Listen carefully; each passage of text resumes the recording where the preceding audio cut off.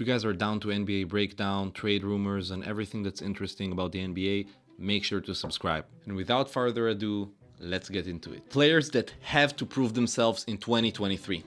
The 2022-23 NBA season is on the way, and as usual, there are many questions to be answered. Of course, we're all wondering if LeBron James and the Lakers will prove the last season was just a bad dream, and they can get back to the playoffs. We also want to see if Kyrie Irving and Kevin Durant will make a contender out of Brooklyn Nets, or if the Golden State Warriors are about to win another one.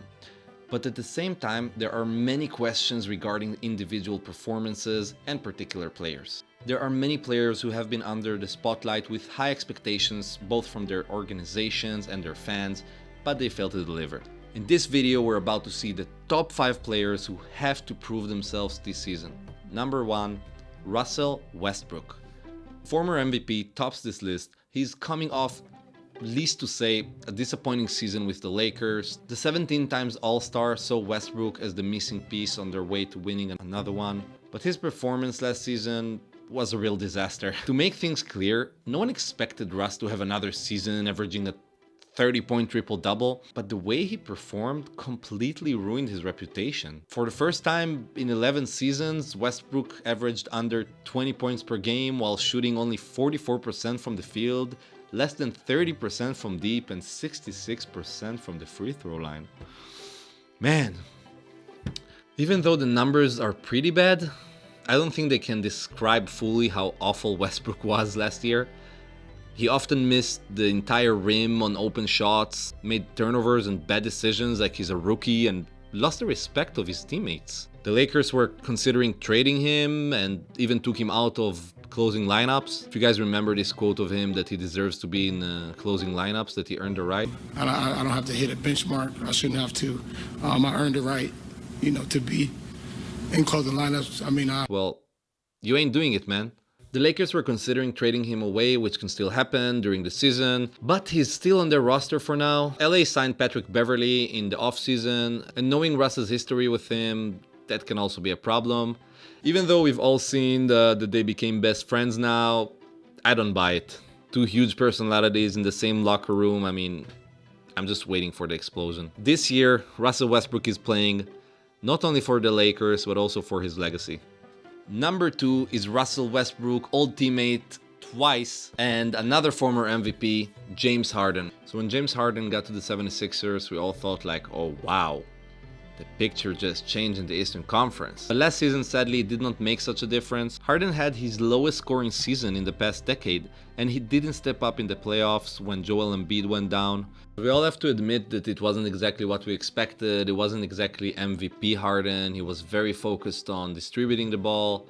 He wasn't the scoring machine he used to be in Houston. Harden stated that he will take his game to another level this season, and he even agreed on a $15 million pay cut, allowing the Sixers to have more space in the salary cap and get some help in their try of winning the championship. Embiid, when healthy, will be the best player on the Sixers, for sure. But Harden needs to take some load on the offensive end and be more consistent, which would eventually take the Sixers deep into the playoffs. Number 3, Jalen Bronson. Many players have been avoiding the Knicks in free agency for years, but Jalen Bronson had the courage to take the risk and sign in New York. Don't get me wrong, the Knicks will pay him $104 million in the next 4 seasons, which is pretty good for a player who wasn't even a regular starter last year. Both sides took a big risk with this deal, and Knicks fans are hoping that the addition of Bronson will get them back to the playoffs. Bronson spent his first 4 seasons in the league with the Dallas Mavericks as a backup for Luka Doncic, and his role with the Knicks will be much bigger than that. Starting for the Knicks on such a huge paycheck will put Bronson under the spotlight, and we will see where he will end up. In my bold prediction, he may become an All-Star from New York in his first or maybe his second season, or, as New York usually have it, just another bust. We can't ignore that the guy is a 6'1" guard that is quite limited defensively. Even though he's a hustler, he's quite bulky, but 6'1". That's 185 in centimeters for our non-American viewers. Number 4, Zion Williamson. Williamson missed the entire season with a foot injury and is about to enter his 4th season in the league.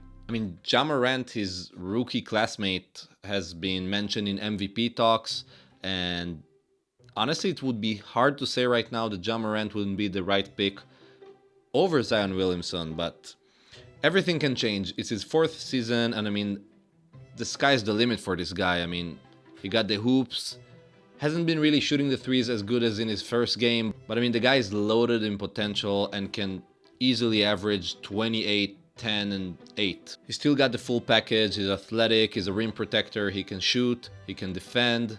But Zion Williamson will be under a lot of pressure this season, as the Pelicans sign him to a 5-year rookie max extension worth at least $193 million. The Pelicans made a real move with the trade for CJ McCollum, but Williamson is the player who is expected to become the #1 player on the team. He would need to start getting his body in full competitive shape, as he has been overweight from day one. A slow start is something that the fans and the Pelicans organization will be able to deal with, but if Williamson does not end up averaging at least 20 and 10, he will be under the radar. Number 5, KarlAnthony Towns.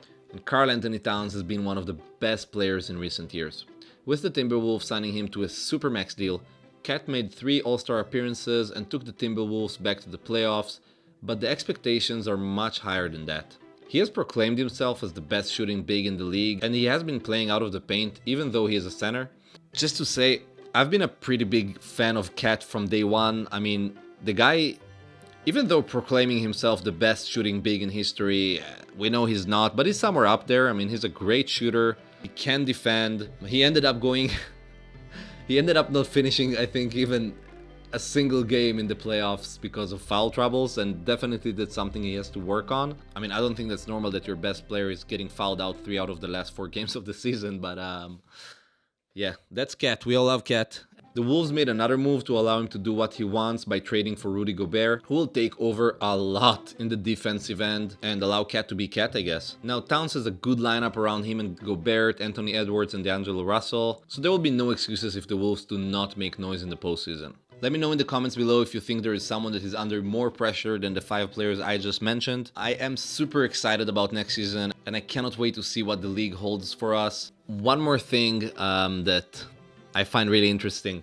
So I don't know if y'all remember, but last year after the Timberwolves got knocked out in the first round, Pat Bev went on a killing spree all over the media, having atrocious takes about Chris Paul and whatnot. And one statement he made was, "Give me that lineup of the Lakers, drop me in there, we're making the Western Conference Finals." I am a Pat Bev fan, and I do think that his defense is crazy.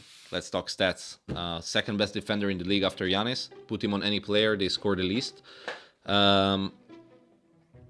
Nevertheless, let's see. That's a lot to proclaim about yourself.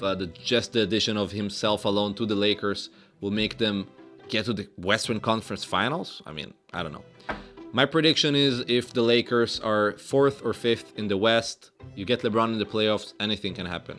There are way too many teams that are stronger than them, so we're gonna have to wait and see. Guys, that is all for today. If you enjoyed this video, please drop a like. Thank you so much for watching. That is all for today, and as always, until the next time.